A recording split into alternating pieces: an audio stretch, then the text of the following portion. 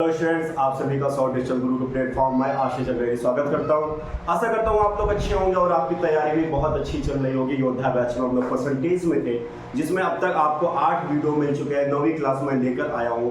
आज की भी क्लास इतनी इंपॉर्टेंट है जितनी अन्य क्लासेस थी। तो चलते हैं, आज मैं क्या लेकर आया हूँ। तो आज बच्चों लेकर आया हूँ जो थंबनेल में आपने देखा है, वही बिल्कुल वही टॉपिक मैं लेकर आया हूँ कि जब कोई अपनी आय या संपत्ति को कई हिस्सों में बांटता है या खर्च करता है। फिर से आप इस पॉइंट को समझ लीजिए, ये क्या है कि जब कोई अपनी आय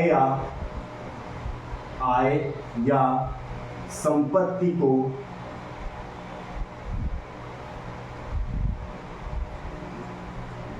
कई हिस्सों में खर्च करता है या बांटता है, खर्च करता है या बांटता है।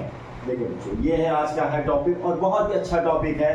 तो इसमें सिर्फ आपको ये ध्यान देना है कि जब कोई अपनी आय को या कोई संपत्ति को कई हिस्सों में बांटता है या खर्च करता है। जैसे आएगा एक प्रश्न का एग्जांपल मैं अब दे दूं कि राम अपनी आय का 10% किराए पर, 20% भोजन पर, 30% बच्चों की शिक्षा पर खर्च करता है। इसके बाद कितना बचाता है? तो राम की आय कितनी थी? या आएगा कि मोहन अपनी संपत्ति का 50% अपने बेटे को, 5% अपनी बेटी को, 10% अपनी पत्नी को देता है। इसके बावजूद भी वह 15 लाख की बचत कर लेता है। तो राम सिंह की संपत्ति कितनी थी? तो ऐसे प्रश्नों की श्रृंखला लेकर आया हूं और ये प्रश्न एग्जाम में आते हुए प्रश्न है बच्चों, ये एग्जाम में आते हुए प्रश्न है। तो पहले मैं इस टॉपिक को क्लियर कर दे रहा हूं, तब उसके बाद इसकी सॉल्विंग यानी इनके मैं प्रश्नों की श्रृंखला लेकर आऊंगा जो आपके एग्जाम के लिए बहुत ही महत्वपूर्ण है। तो चलते हैं पहले ही प्रश्न की ओर कि पहला प्रश्न कैसे आ सकता है और उसकी सॉल्विंग कैसे बनेगी। तो मान लें बच्चों आ गया कि राम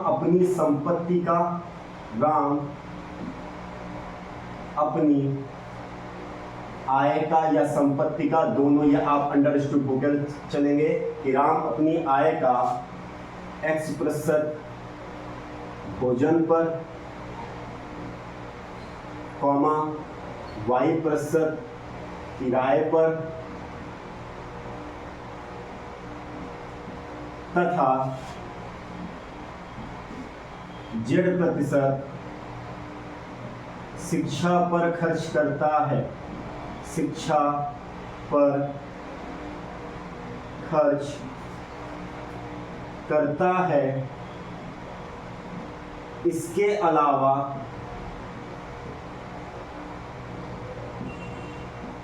वह कुछ रुपए की बचत कर लेता है।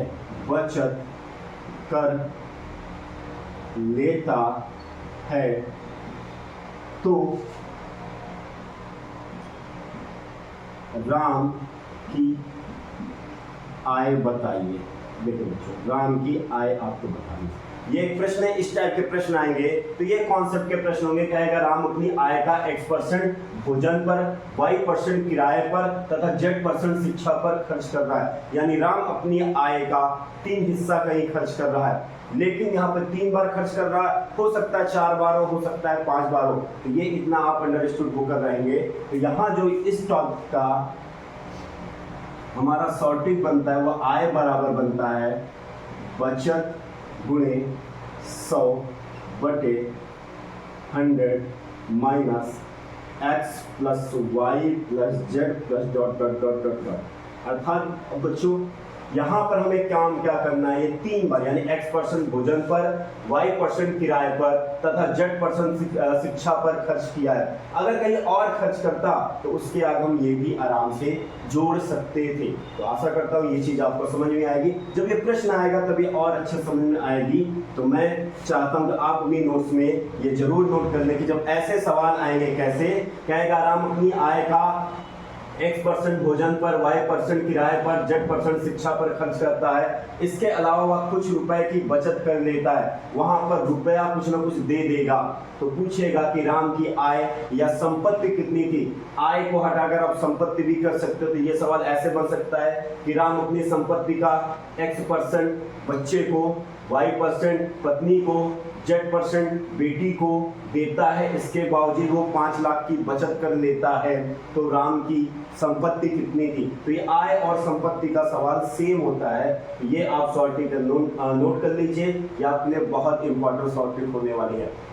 आगे जब ये प्रश्न आएंगे तब इस शॉर्ट ट्रिक की आप वैल्यू समझेंगे कि इस शॉर्ट ट्रिक की वैल्यू कितनी है। तो चलते हैं कि इसमें से प्रश्न कैसे उठते हैं और इन प्रश्नों को कैसे आप सॉल्व करेंगे। तो पहला प्रश्न मैं लेकर आ रहा हूं।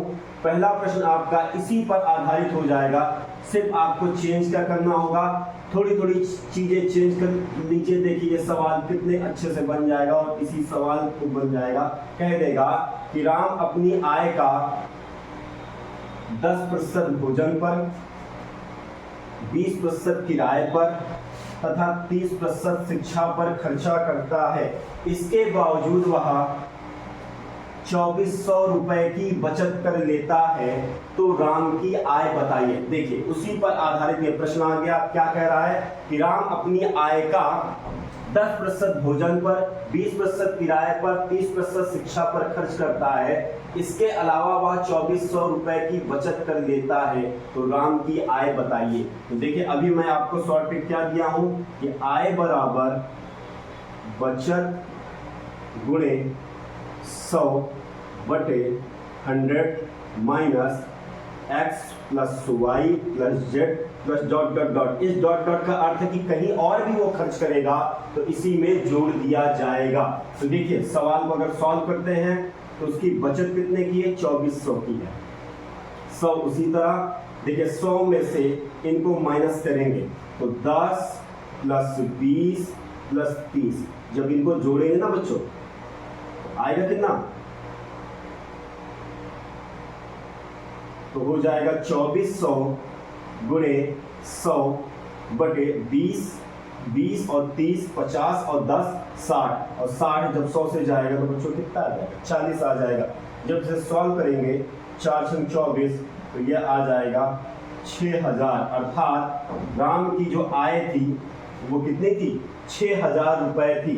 तो आशा करता हूँ ये चीज समझ में आया होगा। फिर से मैं इस टॉपिक को समझा दे रहा हूँ। कहेगा राम अपनी आय का 10% भोजन पर, 20% किराए पर, 30% शिक्षा पर खर्च करता है। इसके अलावा 2400 रुपए की बचत कर लेता है। तो राम की आय क्या है। तो आपको जो मैंने शॉर्ट ट्रिक दी है वो क्या है बच्चों, कि आय बराबर बचत गुणे 100 अपान 100 minus x plus y plus z plus dot dot dot, अगर आगे भी खर्च करता है। बच्चों यहाँ पर एक चीज और मैं आपको बताना चाहूंगा।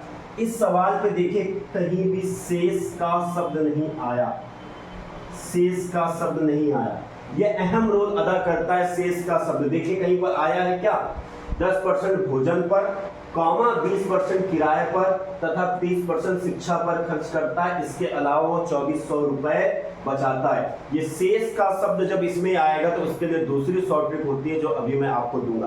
कैसे आएगा सवाल नोट, कहेगा 10% भोजन पर, शेष का 20% किराए पर, शेष का 30% शिक्षा पर खर्च करता है। इसके अलावा वह 2400 रुपए की बचत करता है। तो राम की आय कितनी है। तो ये शेष का शब्द पर विशेष ध्यान देंगे। अभी इस टाइप पर शेष का शब्द नहीं है तो इसलिए आपका शॉर्टेज ये बनेगा। जब शेष का आएगा तो उसके लिए भी अलग शॉर्टेज है, तो वहां पर जब चलेंगे तो मैं इसको बताऊंगा। फिर भी इस चीजों को ध्यान देंगे जब आय और संपत्ति वाले सवालों को सॉल्व करेंगे हम लोग, तो शेष का शब्द पर विशेष ध्यान देंगे, क्योंकि ये शेष का जब आ जाता है ना तो ये अहम रोल अदा करता है। पर अभी इस सवाल पे कहीं पे शेष का शब्द नहीं है, इसलिए इसके लिए ये वाली शॉर्टेज काम करेगी। क्या काम करेगी कि आय बराबर बचत गुणे 100 minus x plus y plus z. ये 3 बार खर्च हुआ है। अगर 4 बार कहीं खर्च करता तो वो भी यहाँ पे जुड़ जाता, 5 बार खर्च किया होता वो भी यहाँ पे जुड़ जाता। आते हैं एक और सवाल पर, एक अच्छे और सवाल पर आते हैं। कहेगा कि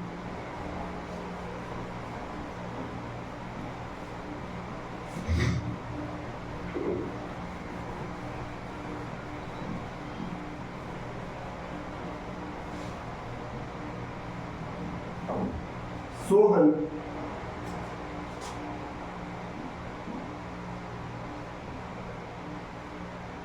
अपनी संपत्ति का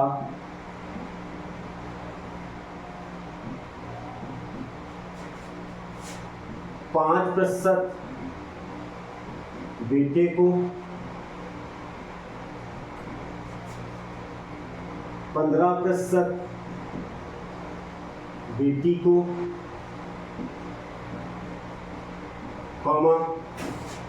25% पत्नी को,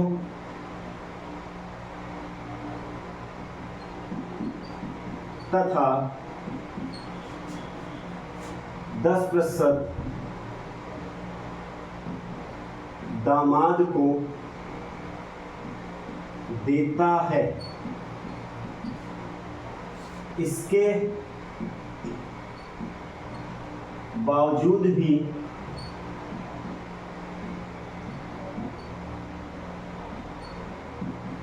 वह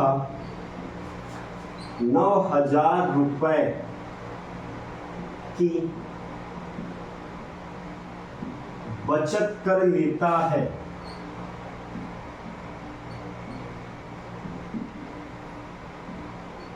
तो संपत्ति कितनी थी?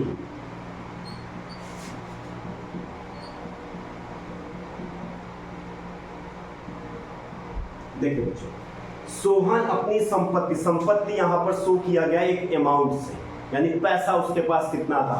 सोहन अपनी संपत्ति का 5% किसको देता है बच्चों? अपने बेटे को, 15% अपनी बेटी को, 25% अपनी पत्नी को तथा 10% अपने दामाद को देता है। इसके बावजूद वह 9,000 रुपए की बचत कर लेता है। तो सोहन की संपत्ति बताना है कि सोहन की संपत्ति कितनी है। बच्चों, क्या इस सवाल में कहीं शेष का शब्द आया है क्या? बिल्कुल नहीं आया है। कहीं भी किसी लाइन पर खर्च तो कर रहा है, लेकिन कहीं भी शेष का शब्द नहीं आया है। तो यहाँ पर हम जो अपनी शॉर्ट ट्रिक यूज करेंगे वो क्या हो जाएगी? आय या संपत्ति, दोनों के लिए एक ही चीज है। आय या संपत्ति बराबर बचत गुणे 100 अपान में 100 minus x plus y plus z plus और भी जहां खर्च कर रहा होगा। तो बचत कितने की कर रहा है बच्चों? देखिए 9,000 रुपए की बचत कर रहा है। अब देखिए 100 से घटाना कितना है? तो जहां जहां खर्च किया सबको जोड़ लीजिए। 5% और 15% दोनों को जोड़ेंगे कितना आ जाएगा बच्चों? 20% आ जाएगा। और 20 में हम लोग 25 जोड़ेंगे कितना आएगा बच्चों? 45% आएगा। और 45 में 10% और जोड़ लीजिए, तो 45 में 10% जोड़ेंगे तो कितना आएगा बच्चों? 55% आएगा। तो 55 जब घटाएंगे तो 9,000 गुणे 100 बटे 45 आएगा बच्चों।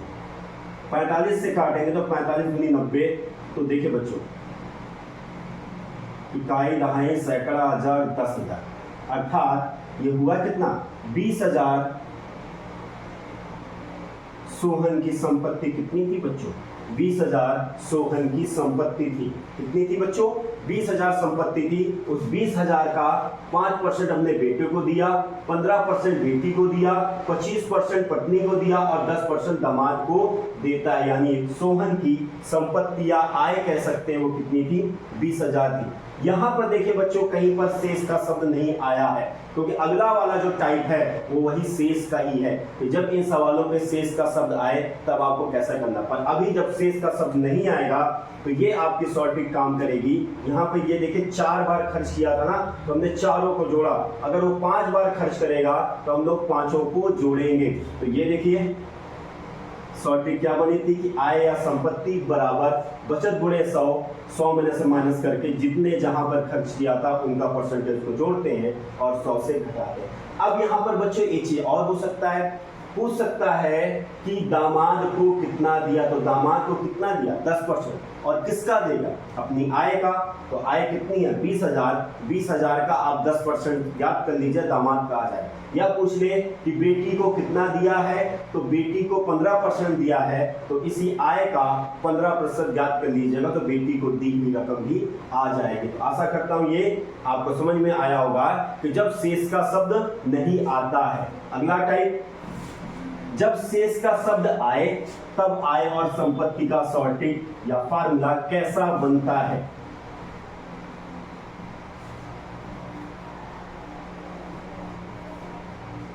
आते हैं अगले टाइप पर। ये भी इंपॉर्टेंट है बच्चों, क्योंकि एग्जाम में ये उठते हुए टाइप है। अभी प्रश्नों की जो मैं श्रृंखला लेकर आऊंगा ना, उसमें देखिएगा कि ये प्रश्न कितने इंपॉर्टेंट है और एग्जाम में पूछे जाते हैं। पहला ही सवाल, पहला ही टाइप, पहले मैं आपको कंफर्म करा दूं ये टाइप कैसे होता है। कहेगा कि राम अपनी आय का X% भोजन पर, कॉमा शेष का, ये देखिए बच्चों, जिस शेष का की मैं बात कर रहा था वो आ गया। राम अपनी संपत्ति का X% भोजन पर, शेष का Y% किराए पर, तथा शेष का Z% शिक्षा पर खर्च करता है।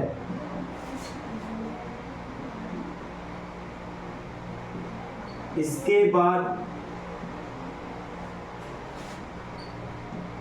वह कुछ रुपए की बचत कर लेता है, बचत कर लेता है। तो राम की आय बताइए। देखो बच्चों, ये है प्रश्न, यही सेम टू सेम प्रश्न अभी आपने सॉल्व किया था, बस वहां पे क्या नहीं था, वहां पे शेष का शब्द नहीं था। ये देखिए शेष का शब्द नहीं था, पर अब की क्या है, राम जहां जहां खर्च कर रहा है उसके बाद एक शब्द जरूर आ रहा है शेष का। राम अपनी आय का X% भोजन पर, शेष का Y% किराए पर, तथा शेष का Z% शिक्षा पर खर्च करता है। इसके बाद वह कुछ रुपए की बचत करता है।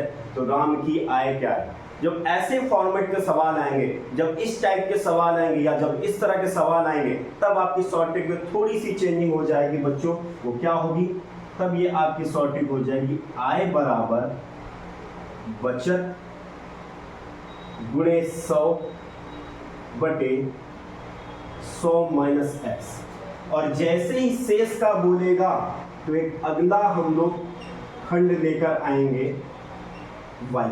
देखिए शेष का आया, फिर किराए पर Y% किराए पर खर्च करने के बाद फिर शेष का कहा, तो एक अगला 100 का एक ये रूप भी हम लोग बना देंगे। अगर फिर अगला शेष का करके कहीं और खर्च करता ना बच्चों, तो वहां पे भी गुणे 100 करके ऐसे फॉर्मेट बना देते हैं। आशा करता हूँ ये चीज जो मैं समझाना चाह रहा था ये आपको समझ में आया होगा। फिर से मैं इस चीज को रिपीट कर दे रहा हूँ कि ये सवाल और अभी जो आप लोगों ने सीखा उसमें अंतर क्या है। वहां पर शेष का शब्द नहीं था और सेम फॉर्मेट का सवाल था, शेष का नहीं था। वो भी आय और संपत्ति का था, ये भी आय और संपत्ति का है, लेकिन यहाँ पर जितनी बार खर्च कर रहा है उतनी बार शेष का शब्द आ रहा है। देखिए राम अपनी संपत्ति का X% भोजन पर, शेष का 60% किराए पर तथा शेष का Z% शिक्षा पर खर्चा करता है। इसके बाद वह कुछ रुपए की बचत कर लेता है। तो राम की आय बताइए। तो जितनी बार शेष का आएगा एक अलग खंड आप बनाओगे। तो पहले आय बराबर उसी टाइप का सॉर्टेड है, बस थोड़ा सा चेंज है कि आय बराबर बचत गुणे 100, 100 माइनस x गुणे, जैसे ही शेष का कहा तो फिर गुणे 100/100 माइनस वाई, फिर शेष का कहा तो गुणे 100/100 माइनस जेड। अब देखिए बच्चों, इसमें सवाल कैसे बन सकता है, तो ये भी तो इम्पोर्टेंट है। आइए देखते हैं इसके सवालों को सॉल्व करते हैं, इसके सवाल कैसे बन सकते हैं। देखिए कुछ नहीं कर रहा हूं मैं, सिर्फ यहाँ संख्या भर दूंगा और देखिए कितनी आसानी से ये एक सवाल बन जाएगा।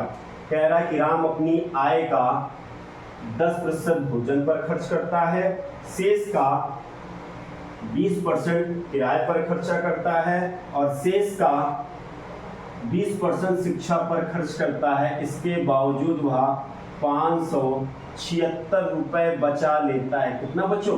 576 रुपए की बचत कर लेता है। तो राम की आय बताइए। सेम सवाल बन गया, पर यहाँ पर क्या है बच्चों? शेष का शब्द आया, जितनी बार खर्च कर रहा उतनी बार शेष का शब्द आ रहा है कि राम अपनी आय का 10% भोजन पर, शेष का 20% किराए पर तथा शेष का 20% शिक्षा पर खर्च करता है। इसके बाद वह 576 रुपए की बचत कर लेता है। तो राम की आय बतानी है। तो देखिए बच्चों, शॉर्ट क्या बनती है कि आय बराबर बचत कितने की? 576 की, गुणे 100। पहला कहाँ खर्चा कर रहा है? भोजन पर, तो 100 माइनस 10। दूसरा शेष का आया, इसलिए दूसरा खंड बनेगा 100 माइनस 20।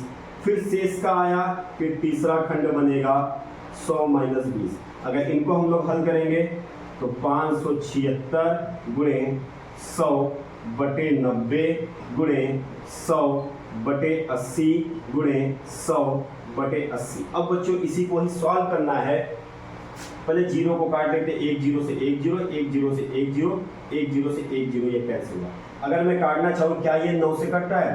तो 7 5 12, 12 और 6 18, बिल्कुल ये 9 से कट रहा है। 9 6 54 और 54 के बाद बच गया बच्चों 3, 9 चौक 36। देखिए 8 से कट रहा है, 8 64 और 8 64, ये कट रहा है। एक आया यहाँ पर 10 गुणे 100, आया कितना बच्चों? 1000 रुपए। यानी राम की जो आय थी, वो कितनी थी बच्चों? 1000 रुपए थी। 1 0, ये 3 0, बिल्कुल बच्चों कि राम की जो आय थी वो कितनी थी? 1000 रुपए थी। उसमें से वो 10% भोजन पर, शेष का 20% किराए पर, शेष का 20% शिक्षा पर खर्च करता है। इसके बावजूद वो 576 रुपए की बचत कर लेता है। आज का नहीं होगा सवाल कि 1000 की आय में इतना कर लेगा। महंगाई इतनी बढ़ गई है कि 1000 में कुछ नहीं हो सकता है। लेकिन यहाँ आज से 50 साल पहले की मैं बात कर सकता हूँ, उस समय 1000 की रकम बहुत थी। मेरे पिता को भी वेतन जो मिलता था ना, 400 रुपए मिलता था। मेरे पिताजी को वेतन जो मिलता था 400 रुपए का वेतन था उनका। उन्होंने 400 रुपए के वेतन से अपनी नौकरी शुरू की थी। तो ये 1000 आज आपको छोटी लग रही होगी कि राम की आय 1000 कैसे हो सकती है। बिल्कुल उस जमाने की बात करूं तो वहां 1000 यानी बहुत बड़ी रकम मानी जाती थी।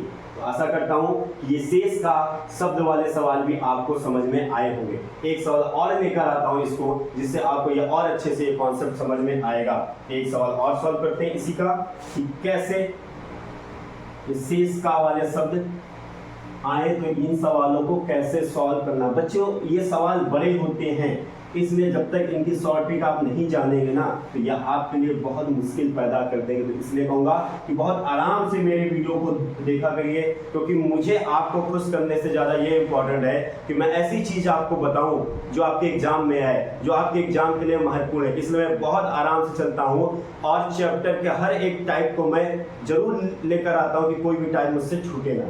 चलते हैं कि इसी टाइप पर कि जब शेष का शब्द आए तो और कैसे सवाल बन सकते हैं। जैसे एक सवाल और मैं लेकर आ रहा हूं, कह दिया कि सोहन, या और कुछ ले ले रहा हूं,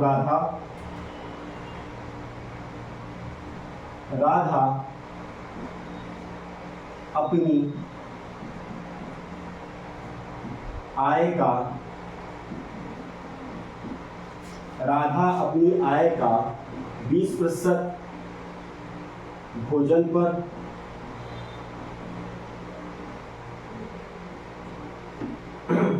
शेष का 30%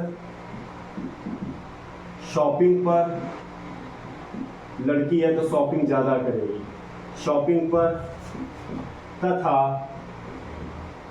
शेष का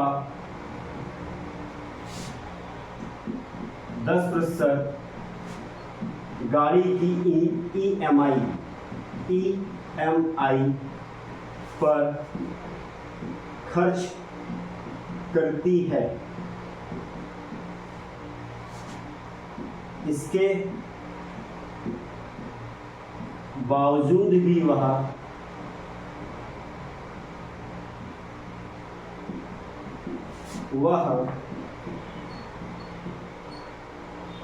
₹10,080 की बचत कर लेती है तो राधा की आय बताइए।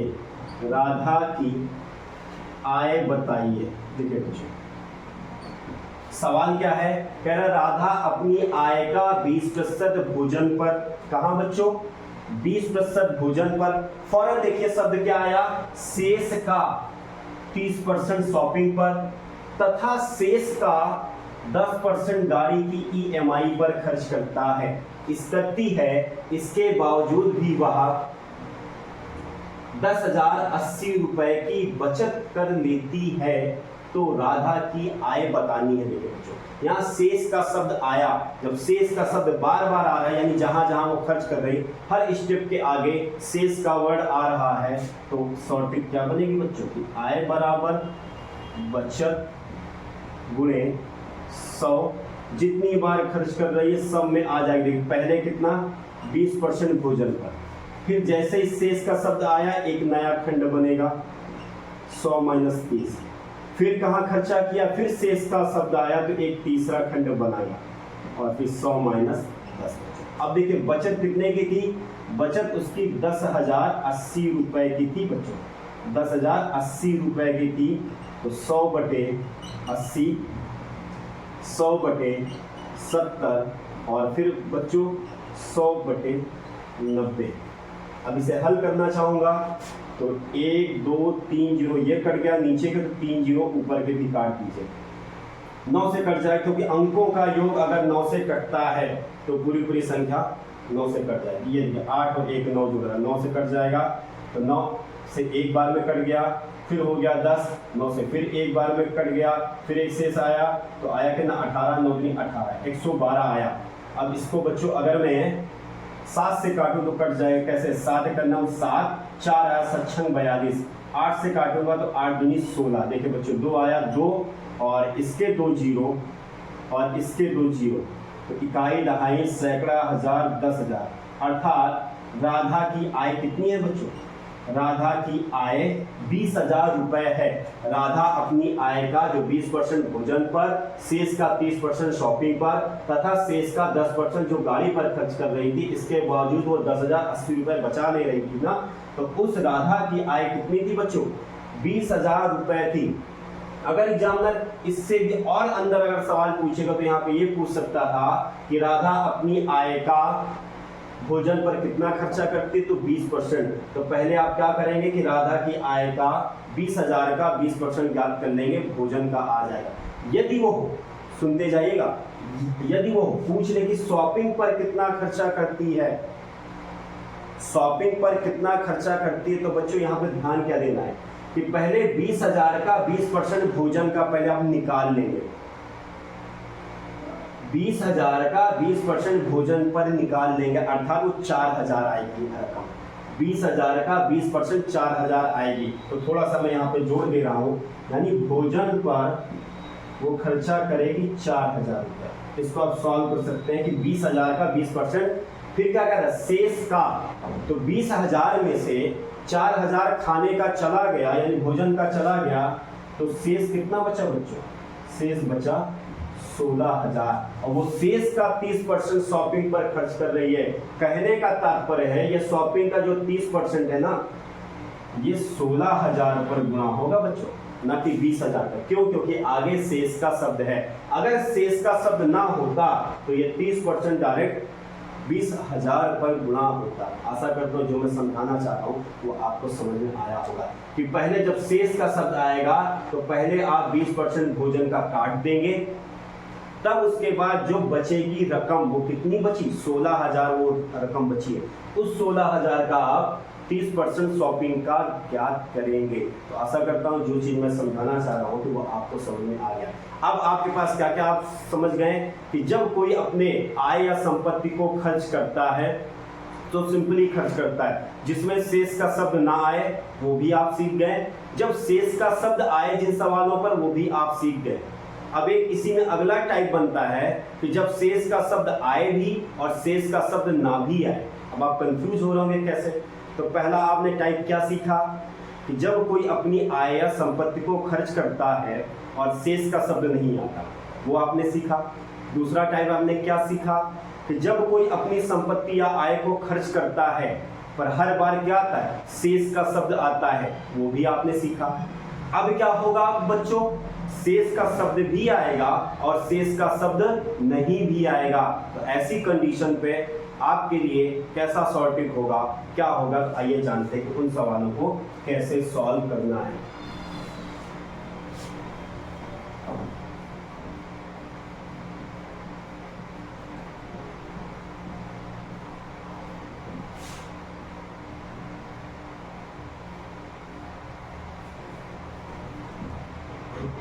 देखिए बच्चों, उसी फॉर्मेट पर लेकर चलूंगा जो पहले से चला आ रहा है। कहेगा राम अपनी आय का X% भोजन पर, फॉरन यूज करेगा। देखिए शेष का शब्द, शेष का Y% किराए पर, फिर शेष का Z% गाड़ी पर,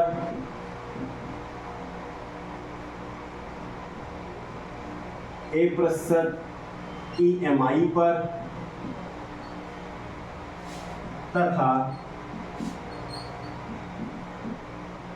शेष का B%, शेष का B% शिक्षा पर खर्च करता है। इसके बावजूद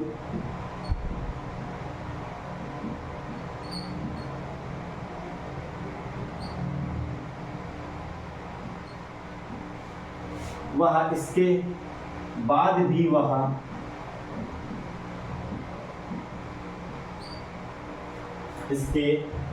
वह कुछ रुपए बचा लेता है, कुछ रुपए बचा लेता है। तो राम की आय बताइए। अब देखिए बच्चों, पहला काम है आपको फॉर्मेट समझना है कि ये फॉर्मेट जो ये मैं नया टाइप बता रहा हूं, इसका फॉर्मेट क्या है। राम अपनी आय का X% भोजन पर आया बच्चों, X% कहाँ खर्चा कर दिया, भोजन पर। शेष का शब्द देखिए यहाँ पर आया, इन पर ध्यान देंगे। देखिए आप कहीं पर शेष का शब्द होगा, कहीं पर शेष का शब्द नहीं होगा। देखिए यहाँ पर आया X% भोजन पर, शेष का Y% किराए पर खर्च किया। खर्च करने के बाद फौरन फिर देखिए आ गया शेष का Z% गाड़ी पर देखिए यहाँ पर नहीं आया, गाड़ी पर। फिर यहाँ शेष का शब्द आना चाहिए लेकिन यहाँ पर शब्द नहीं आया। देखिए दो बार शेष का शब्द आया, खर्च किया फिर आया शेष का शब्द, फिर खर्च किया फिर शेष का शब्द आया। लेकिन अब यहाँ पर खर्च तो करने जा रहा है लेकिन शेष का शब्द नहीं आया। देखिए गाड़ी पर कॉमा दे दिया, A% EMI पर, तथा फिर देखिए शेष का शब्द दे दिया। तो कहीं जब शेष का शब्द आए और शेष का शब्द ना आए, तो ऐसे फॉर्मेट के लिए या ऐसे टाइप के सवालों के लिए आय बराबर बचत गुणे 100। अब देखो पहला खर्च कहाँ कर रहा है, भोजन पर, -x किया, क्या उसके बाद शेष का है, तो भोजन पे खर्च करने के बाद फौरन शेष का है, तो इस वाले खंड को कंप्लीट कर देंगे। जैसे ही शेष का कहा मैंने अलग खंड बनाया, और शेष का y% किराए के बाद फिर शेष का है, तो y केवल अकेला होगा। और जैसे ही शेष का कहा मैंने तीसरा खंड बना लिया शेष का। पर देखिए बच्चों यहाँ पर शेष का z% गाड़ी पर, कामा a% EMI पर यहाँ शेष का नहीं है। तो अगर जब शेष का ना आएगा तो वो वाला परसेंट यानी खर्च का परसेंट आगे वाले के खर्च के साथ जुड़ जाएगा।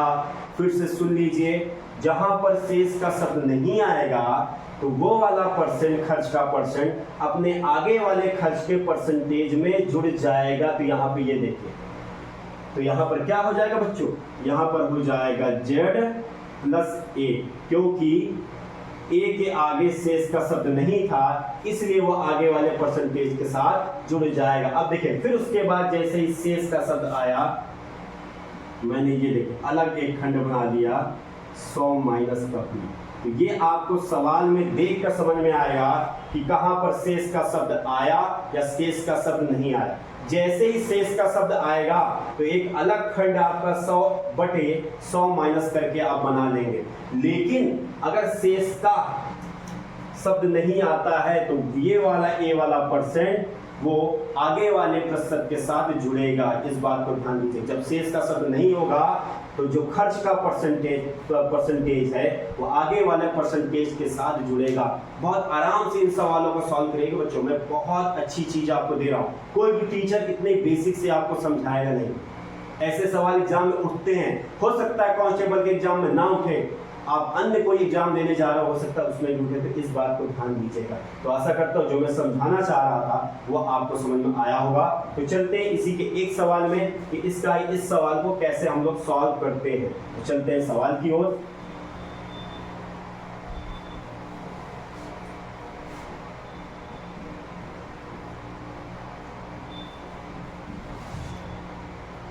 सवाल है कि राकेश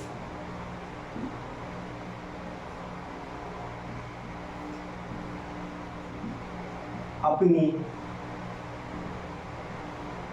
पूंजी का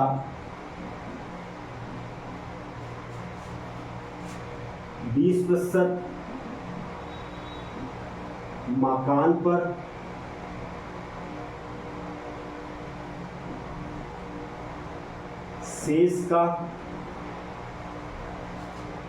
10% शिक्षा पर,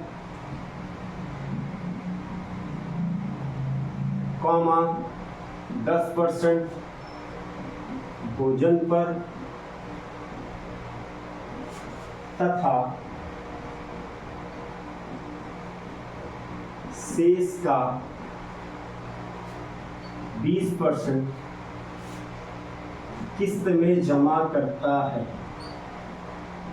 किस्त में खर्च करता है।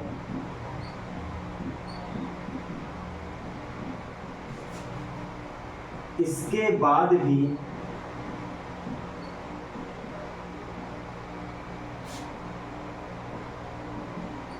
वह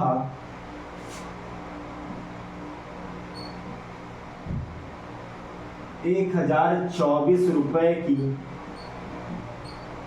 बचत कर लेता है, बचत कर लेता है,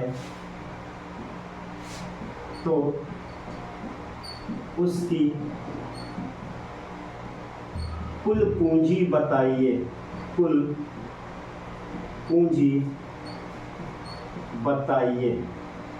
देखिए बच्चों, अब यहाँ पे आपको फोकस कहाँ पर करना है कि शेष का शब्द कहाँ पर आया है और शेष का शब्द कहाँ पर नहीं आया है। जहां पर शेष का शब्द आएगा तो वहां पर एक अलग खंड बनाएंगे, जहां पर शेष का शब्द नहीं आएगा तो वो वाला खर्च का परसेंटेज अपने आगे वाले खर्च के परसेंटेज में जुड़ जाएगा। तो चलिए आते हैं, सॉल्व करते हैं। तो आय बराबर बचत गुणे 100 पहला, देखिए क्या कहा कि राकेश अपनी पूंजी का 20% मकान पर, क्या शेष का शब्द है, बिल्कुल यहाँ पर अगला शब्द शेष का है, तो ये मकान वाला सेपरेट हो जाएगा, तो 100 माइनस 20%। जैसे ही शेष का कहा अगला फॉर्मेट आपका तैयार है, 100 माइनस, देखिए 10% शिक्षा पर, 10% भोजन पर। ये देखिए यहाँ पर जो खर्च कर रहा, ये वाले खर्च के आगे शेष का शब्द था इसलिए अलग फॉर्मेट बना, लेकिन ये भोजन पर खर्च वाले का के आगे शेष का नहीं है, तो ये आगे वाले खर्च के परसेंटेज में जुड़ जाएगा। तो 10 और 10 जोड़ेंगे तो कितना हो जाएगा बच्चों, ये भी 20 हो जाएगा। फिर देखिए जैसे ही शेष का फिर आगे शब्द यूज किया, एक नया खंड बन गया, और वो कहाँ खर्च कर रहा है, किस्त में खर्च कर रहा है। यहाँ समझाने का केवल यही आशय है कि जब शेष का शब्द देगा तो 100 वाला ये खंड अलग बना लेंगे, और अगर किसी में शेष का शब्द नहीं होगा तो वो वाला परसेंट अपने आगे वाले परसेंटेज में जुड़ जाएगा। आते इस सवाल को सॉल्व करते हैं। बचत उसकी 1024 की है, तो 100/80, 100/80, 100/80। जब इन्हें सॉल्व करेंगे 1 0 1 0 1 0 1 0 1 0, यानी नीचे भी 3 0 तो ऊपर भी 3 0 कटेंगे। अब देखिए इसको सॉल्व करना है, 8 से जरूर कटेगा क्योंकि ये 8 का गुणज ही है। 8 से काटेंगे तो 8 से एक बार में, शेष आया 2, हो गया 22, तो 8 दूनी 16, और तो बच्चों बच गया 4 और 6, हो गया 64, 8 64। फिर ये 8 से कट जाएगा, 8 से एक बार में जाएगा तो शेष आएगा 4, और 8 48 हो जाएगा। फिर 8 से काटेंगे, 8 का नाम 8, 8 दूनी 16, देखिए ये 2 आया, और 2 0 ये, और 1 0 ये, 3 0 हो जाएंगे। अर्थात राकेश की जो आय थी वो कितनी थी बच्चों, राकेश की आय 2000 रुपए थी, उसमें से वो 1024 की बचत कर लेता है। तो आशा करता हूँ ये कि जब शेष का शब्द ना आए, वो वाले टाइप के सवाल आपके आय और संपत्ति को कैसे सॉल्व करेंगे, जब शेष का शब्द आए वो भी मैंने अब बताया, जब शेष का शब्द आए भी और शेष का शब्द ना आए वो भी आपके आंखों के सामने वो भी सवाल है। चलते हैं आगे। इसी में एक सवाल और मैं लेकर आ रहा हूं जिससे आपको कॉन्सेप्ट एकदम से क्लियर हो जाए बच्चों। तो आते हैं, चलते हैं, अगला सवाल क्या है इसी पर, जब शेष का शब्द आए और जब शेष का शब्द ना आए, तो इस टाइप का सवाल क्या हो सकते हैं, उन्हें भी मैं लेकर आ रहा हूं। देखिए एक सवाल और जैसे आ गया कि सोनू सिंह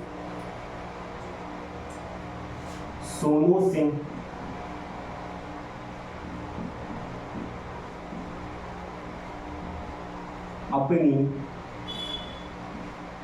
आय का, सोनू सिंह अपनी आय का 10% बड़े बेटे को,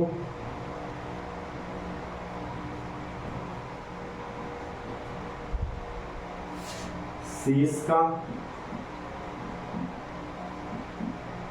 5% छोटे बेटे को,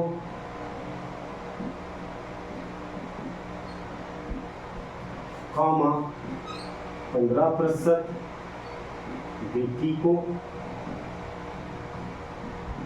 तथा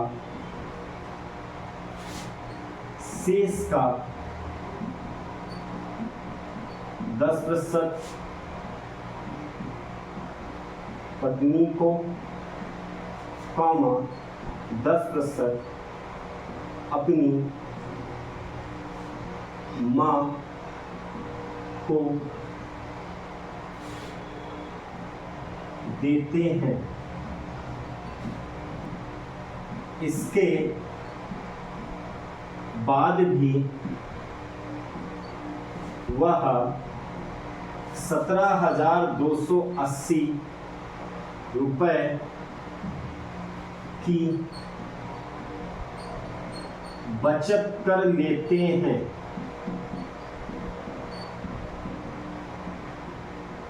तो उनकी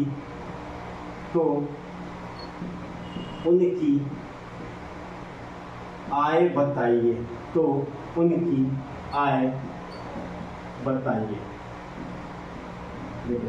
ये प्रश्न है, उसी पर आधारित है। जब शेष का शब्द आए, जब शेष का शब्द ना आए। देखिए क्या कहा कि सोनू सिंह अपनी आय का 10% बड़े बेटे को, शेष का, देखिए यह शब्द आया, पहले इंसान को देने के बाद फौरन शेष का 5% छोटे बेटे को।